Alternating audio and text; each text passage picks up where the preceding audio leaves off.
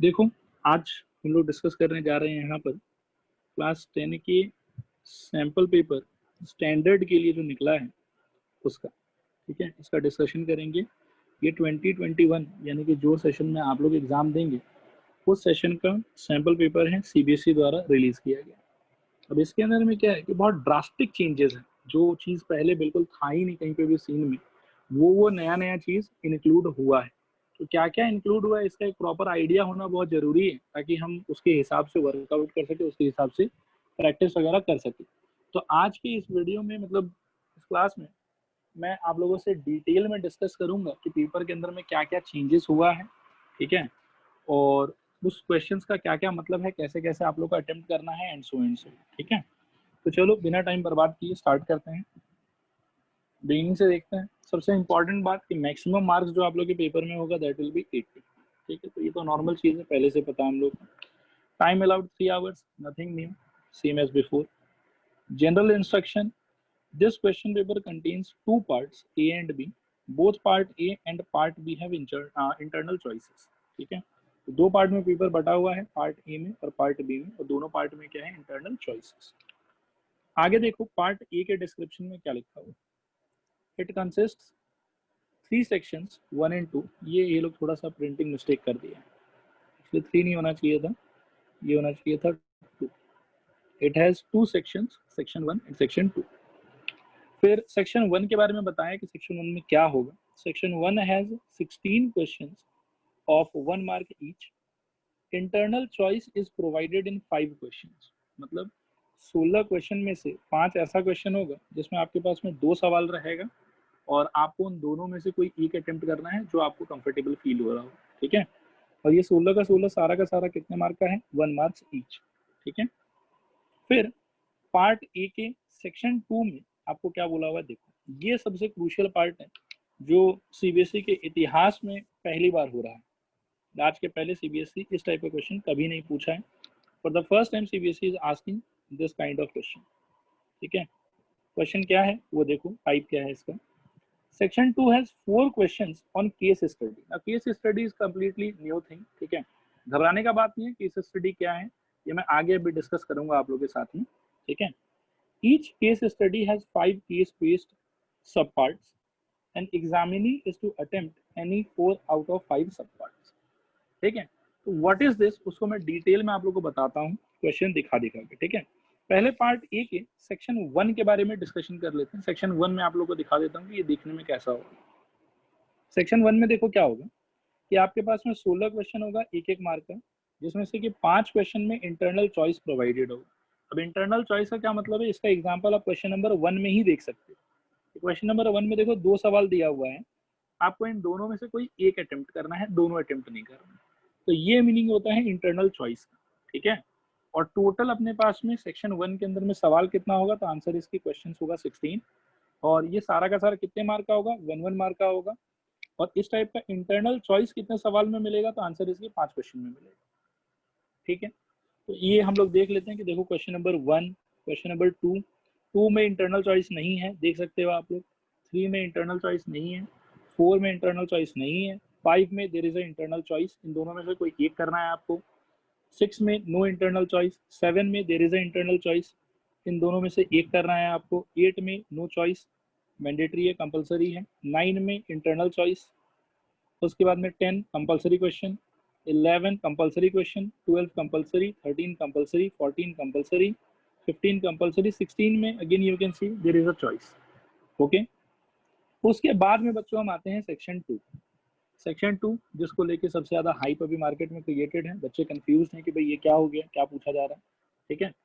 इसको पढ़ लो आप लोग, देखो क्या है ये। Case study based questions are compulsory, attempt any 4 sub parts of each question, each sub part carries 1 mark. तो इसमें क्या होगा, मैं आप लोगों को पुराना एक चीज याद दिलाता हूँ, ठीक है। एक बार इसको थोड़ा सा मैं हटा देता हूँ, ये पुराना चीज मैं आप लोगों से पूछता हूँ। इंग्लिश के पेपर में बच्चों क्या कभी आप लोगों ने कॉम्प्रिहेंशन अटेम्प्ट किया है? हाँ सर। क्या होता है बेटा उसमें? सर पैराग्राफ दिया हुआ रहता है और पैराग्राफ से रिलेटेड क्वेश्चन होता है।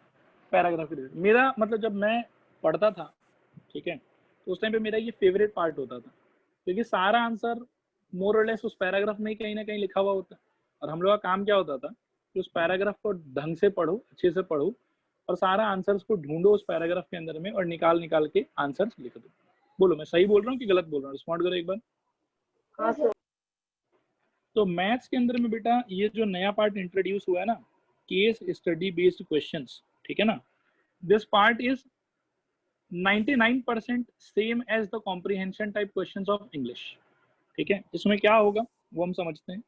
इसमें ये होगा कि जैसे केस स्टडी बेस्ड 1 ऐसा लिखा हुआ है, सन रूम इस एक्सपेरिमेंट का नाम दिया हुआ और यहाँ पे कुछ इन्फॉर्मेशन आप लोग को दिया हुआ।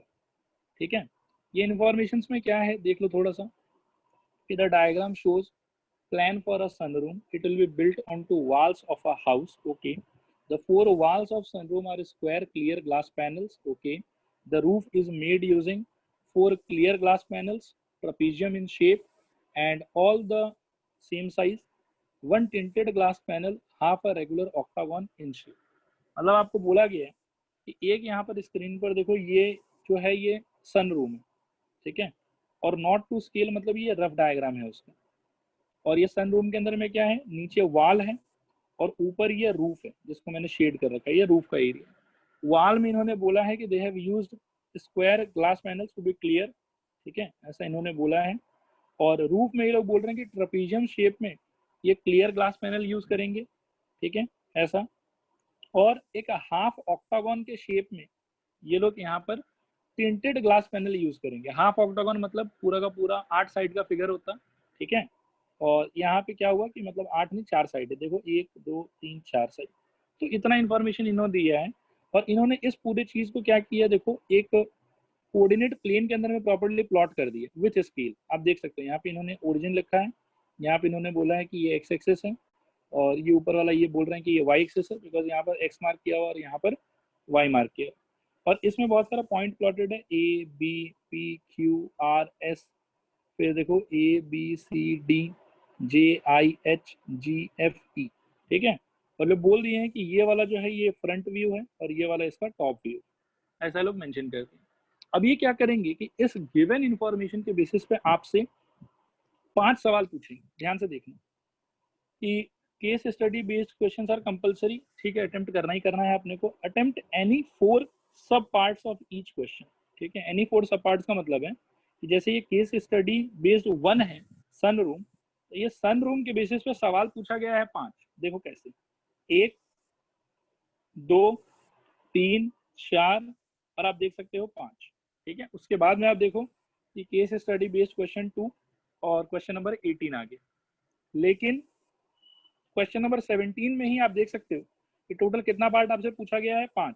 1 2 3 4 5 और 5 में से आप लोग का आंसर कितना करना है, सिर्फ 4। ये लोग खुद ही बोल दिए कि attempt any 4 sub parts of each question. इसका मतलब है कि हर केस स्टडी बेस्ड क्वेश्चन के अंदर में 5 सवाल आपसे पूछा जाएगा आफ्टर टेलिंग अ स्टोरी, ठीक है। एंड आपको उस 5 में से कितना आंसर करना होगा, 4 आंसर करना होगा, ठीक है। अब जो क्वेश्चन होगा बच्चों वो कहीं ना कहीं इस स्टोरी से थोड़ा सा रिलेटेड होगा, ठीक है। कभी कभी हम लोग उसको डायरेक्टली भी आंसर कर पाएंगे, no doubt, but most of the time वो स्टोरी से रिलेटेड होगा। जैसे अब देखो क्वेश्चन नंबर 1 अगर हम बात करें इसके बारे में, ये कर सकते हैं because this is coordinate geometry based question और कोऑर्डिनेट ज्योमेट्री अपना हो चुका है, तो हम इस पर बात कर सकते हैं। देखो, रेफर टू टॉप व्यू, खुद ही बोल दिया है कि टॉप व्यू को रेफर करिए, तो ये रहा टॉप व्यू। आगे ये बोलता है कि find the mid point of the segment joining the points J का कोऑर्डिनेट भी खुद ही बता दिए 6,17 एंड आई 9,16। तो ये रहा जे और ये रहा आई और इनका कोऑर्डिनेट से 6,17 9,16 और आपसे बोला है कि इसका मिड पॉइंट निकालो। अब तो क्या है कि इस वाले सवाल के लिए मेरे को लगता है कि फिगर को रेफर करो तो भी ठीक है, नहीं रेफर करो तो भी ठीक है, डायरेक्टली ही आंसर कर सकते हैं। बोलो सही बोल रहा हूँ कि गलत बोल रहा हूँ? हाँ सर। हाँ सर। बेटा आंसर कौन सा होना चाहिए इसका बिना रेफर किए, अगर मैं सोचूं तो थर्ड वाला। थर्ड वाला 15/2 और 33/2। रेफर करके सोचो तो भी यही आंसर आएगा, रेफर नहीं करके सोचो तो भी यही आंसर आएगा, ठीक है। लेकिन जैसे इसमें आप बिना रेफर किए भी आंसर निकाल पा रहे हो, नेसेसरी नहीं है कि सारे पार्ट को आप बिना रेफर किए निकाल पाओगे, ठीक है। जैसे इसमें बोल रहा है वापस से कि रेफर टू टॉप व्यू, फिर बोल रहा है कि the distance of point P from Y axis is. अब पी पॉइंट का है वो आपको ढूंढना पड़ेगा। अब यहाँ पर थोड़ा सा नहीं लोग वापस से टाइपिंग एरर कर दी है। ये जो टॉप व्यू लिखा हुआ है refer to top view, actually top view नहीं होना चाहिए था, ये होना चाहिए था फ्रंट व्यू, क्योंकि पी पॉइंट जो है वो फ्रंट व्यू में प्लॉटेड है, टॉप व्यू में पी है ही नहीं। ठीक है, तो कंफ्यूज मत होना, मेन एग्जाम में ये सब गड़बड़ नहीं होगा। यहाँ पर पी पॉइंट है। अब देखो ये ओरिजिन बताया हुआ है और ये एक्स एक्सेस है, ये ऊपर वाला वाई एक्सेस है। तो आपको पी पे पहुंचना है, आप आराम से यहाँ से बॉक्सेस काउंट कर लो कि कितना बॉक्स ऊपर जाना है और कितना बॉक्स हमको राइट की तरफ जाना है। और जो भी आपको एक्स के डायरेक्शन में चलना है, जितना आपको वाई के डायरेक्शन में चलना है, अकॉर्डिंगली आप इसका आंसर कर सकते है ना। डिस्टेंस फ्रॉम वाई एक्सेस अगर आपको चाहिए बेटा तो ये वाला डिस्टेंस होगा, यानी कि पी पे पहुंचने के लिए एक्स एक्सेस में जितना चलना होगा वही आपका आंसर हो जाएगा। बोलो आ रहा है समझ कि नहीं आ रहा है समझ? हाँ सर। इनफैक्ट अगर इसको मैं अप टू द स्केल मानूं तो 1 यूनिट, 2 यूनिट, 3 यूनिट और मैं 4 यूनिट मानूंगा, तो आंसर शुड बी 4। ये ऑप्शन ए अपना आंसर हो। तो देखो केस बेस्ड स्टडी क्वेश्चंस का लॉजिक समझ में आया आप लोगों को कि कैसा क्वेश्चंस होगा ये?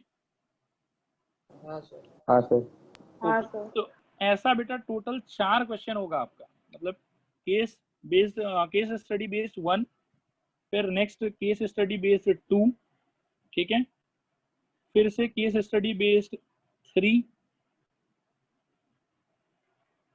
देखो 3 तीसरा क्वेश्चन ऐसा, और केस स्टडी बेस्ड 4 चौथा। ये देखो ऐसा 4 क्वेश्चन, सारे में आप लोग के पास में 5 ऑप्शन होगा आंसर करने के लिए, लेकिन आपको 5 का 5वां आंसर नहीं करना है, आपको सिर्फ कितना आंसर करना है उसमें से 4।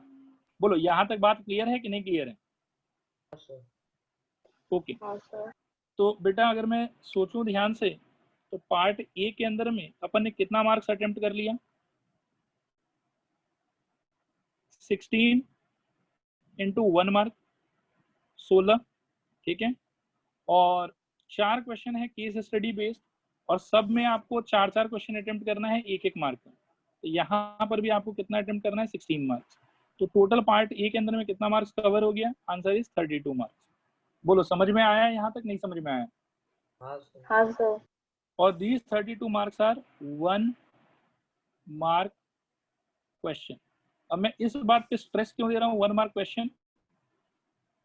बिकॉज बेटा ये अगर 1 मार्क क्वेश्चन है तो जो आपका आंसर का साइज होगा वो बहुत छोटा होगा। ज्यादा से ज्यादा आप 2 से 3 स्टेप लिखो और अपना आंसर कर दो, आपको बहुत ज्यादा यहाँ पर एक्सप्लेनेशन देने का जरूरत नहीं है, ठीक है, बहुत लंबा लंबा सोल्यूशन लिखने का जरूरत नहीं है। तो मतलब 32 ऐसा क्वेश्चन है जिसको तो आप मतलब क्या है कि 30 सेकंड्स में कंप्लीट कर सकते हो। स्टूडेंट्स क्या ये पूरा बात क्लियर है? रिस्पॉन्ड करो एक बार हाँ या ना। हाँ सर। हाँ सर। ओके, उसके बाद में बेटा एक बार पार्ट 2 के बारे में डिस्कशन कर लेते हैं कि पार्ट 2 में क्या बोले हैं ये लोग, ठीक है, पहले वो देख लेते हैं फिर नीचे चलेंगे। अब पार्ट 2 में जरा देखो आप लोग, पार्ट 2 या पार्ट बी में देखो। पार्ट बी में 3 टाइप का क्वेश्चन है। क्वेश्चन नंबर 21 से 26 are very short answer type questions of 2 marks each. तो इसका मार्क्स में कंट्रीब्यूशन कितना हो जाएगा? There are 6 questions of 2 marks each, तो ये कंट्रीब्यूट करेगा 12 मार्क्स।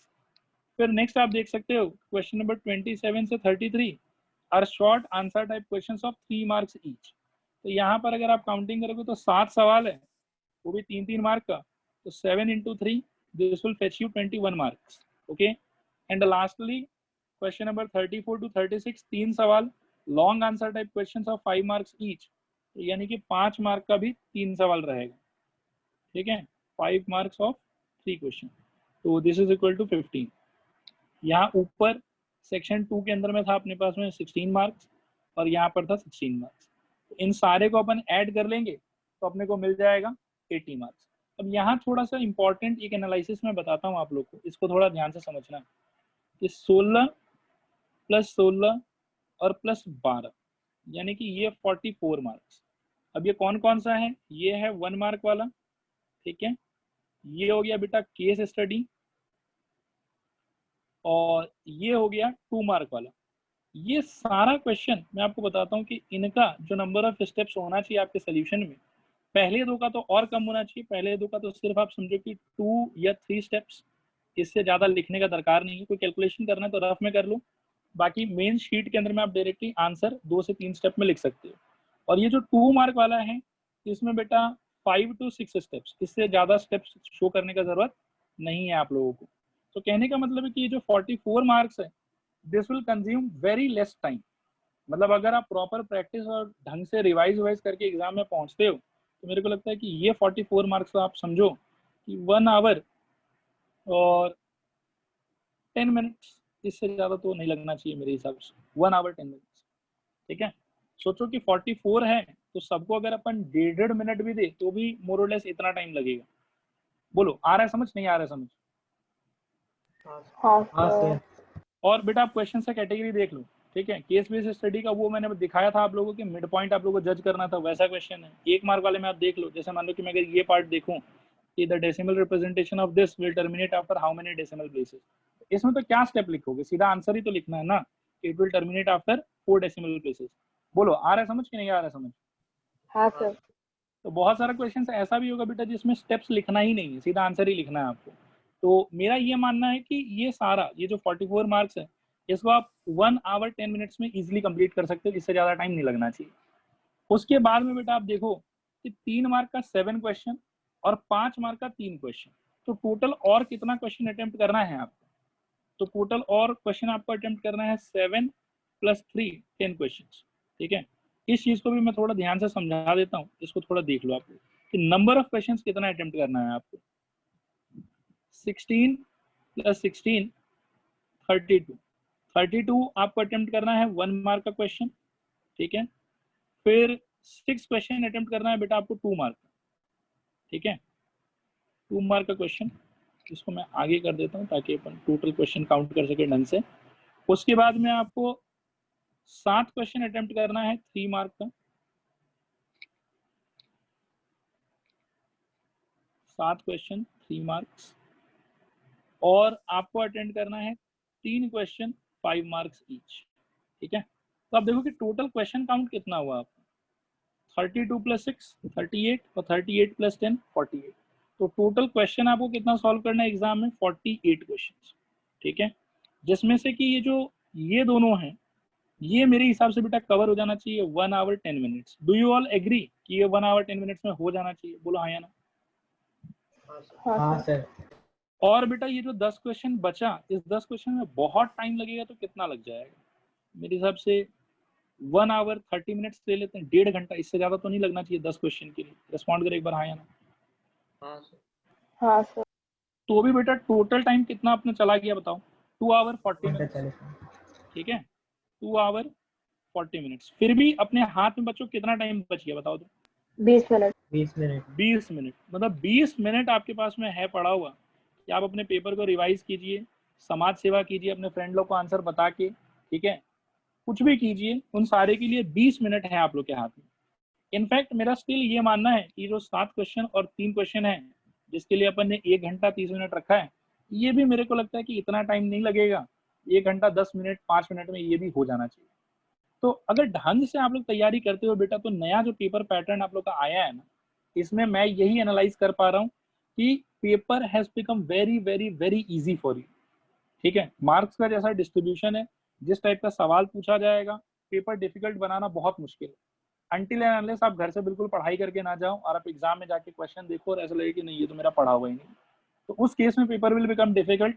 लेकिन अगर आपका तैयारी ठीक है, उसमें मेरे हिसाब से कोई परेशानी नहीं होना चाहिए। ये वाला सेक्शन 1 सेक्शन 2 तो बहुत ही ईजी है, हलवा है एकदम। फिर इसमें अगर हम बात करें 2 मार्क वाले में, इसमें भी डिफिकल्टी लेवल जो है बहुत मॉडरेट रहेगा। ठीक है, इस वाले में थोड़ा सा डिफिकल्टी लेवल हाई हो सकता है, लेकिन जब ये 3 मार्क का ही सवाल है तो बहुत बड़ा क्वेश्चन यहाँ पे नहीं पूछा जा सकता। ठीक है, जो भी बड़ा क्वेश्चन आप लोगों से पूछा जाएगा वो मोर और लेस सिर्फ और सिर्फ कहाँ पूछा जाएगा, 5 मार्क वाले। ठीक है, और 5 मार्क का बेटा सिर्फ 3 क्वेश्चन, जिसमें भी इन्होंने क्या बोला है देखो कि 2 क्वेश्चन ऑफ 2 मार्क्स में इंटरनल चॉइस होगा, 2 क्वेश्चन ऑफ 3 मार्क्स में इंटरनल चॉइस होगा, और 5 मार्क वाले के जो 3 क्वेश्चन है उसमें से एक में इंटरनल चॉइस होगा। अब इनका क्या मीनिंग है वो हम पेपर देख के थोड़ा रियलाइज कर लेते हैं वापस से। देखो ये तो केस बेस्ड स्टडी है, फिर केस वाला जब पार होगा तो यहाँ से स्टार्ट होता है बेटा 2 मार्क वाला। अब 2 मार्क वाला देखो टोटल 6 क्वेश्चन होना है, जिसमें से कि 2 में चॉइस होगा। तो 21 इज कंपलसरी क्वेश्चन, 22 में आप देख सकते हैं कि 2 पार्ट में चॉइस है आपके पास में, 23 में 1 single question compulsory, 24 compulsory, 25 option है, 26 compulsory, 27 compulsory, 28 option, 29 there is compulsory, 30 compulsory, मतलब अब अपन ये 3 मार्क वाला स्टार्ट हो गया। हाँ, 26 was the last question of 2 marks, 27 से 3 मार्क स्टार्ट हुआ है। 3 मार्क में भी 2 क्वेश्चन में इंटरनल चॉइस होगा, तो 28 में आप देखो कि इंटरनल चॉइस है, 29 कंपलसरी, 30 में चॉइस है, 31 कंपलसरी, 32 कंपलसरी। और लास्ट सेक्शन 5 में अपन पहुंच गए हैं, ये लोग थोड़ा सा उल्टा पुल्टा कर दिया। सेक्शन 5 यहाँ से स्टार्ट होगा 34 से, ठीक है। इसमें 5 मार्क्स वाले क्वेश्चन है, देखो तो एक में इंटरनल चॉइस है और बाकी 2 कंपलसरी क्वेश्चन। तो आप देख सकते हो कि ये जो पूरा पेपर है इसमें मेरे को एक ही जगह पे ऐसा लग रहा है कि जहाँ पे थोड़ा सा परेशानी आप लोग को हो सकता है वो है 5 मार्क वाला क्वेश्चन, कि उसमें बड़ा क्वेश्चन पूछा जा सकता है। बाकी बच्चों जितना भी होगा 1 मार्क वाला, 2 मार्क वाला, या 3 मार्क वाला, ये सारा का सारा बहुत ही छोटा छोटा, बहुत ही इजी क्वेश्चन होगा, जिसको मेरे हिसाब से बहुत ही आराम से आप लोग अटेम्प्ट कर पाएंगे। और पेपर के पैटर्न को लेके बिल्कुल भी आप लोगों को पैनिक करने का जरूरत नहीं है। Case based study is very very very similar to comprehension type questions of English paper. Okay, कुछ भी नया नहीं है इसके अंदर में, तो परेशान होने का आप लोगों को बिल्कुल जरूरत नहीं है, ठीक है। और जैसा चेंजेस हुआ है इससे पेपर और आसान ही हुआ है आप लोग का, डिफिकल्ट नहीं हुआ है। आप बस और बस अपने तैयारी पे ध्यान दें, तैयारी आपका सही रहेगा तो ये जो पेपर इसमें 3 घंटा लगना भी नहीं चाहिए।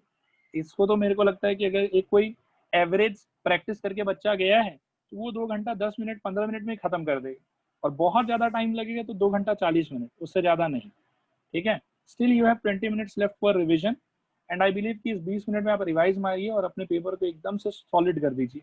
जो भी कोई गलती वलती आपसे हुआ है उसको ढूंढिए, रेक्टिफाई कीजिए, and submit your paper in a very very very good status. बोलो स्टूडेंट्स, क्या ये पूरा चीज क्लियर हुआ कि पेपर कैसा आने वाला है आप लोग का? रिस्पॉन्ड करो हाँ या ना। हाँ सर। हाँ सर। Okay, all right.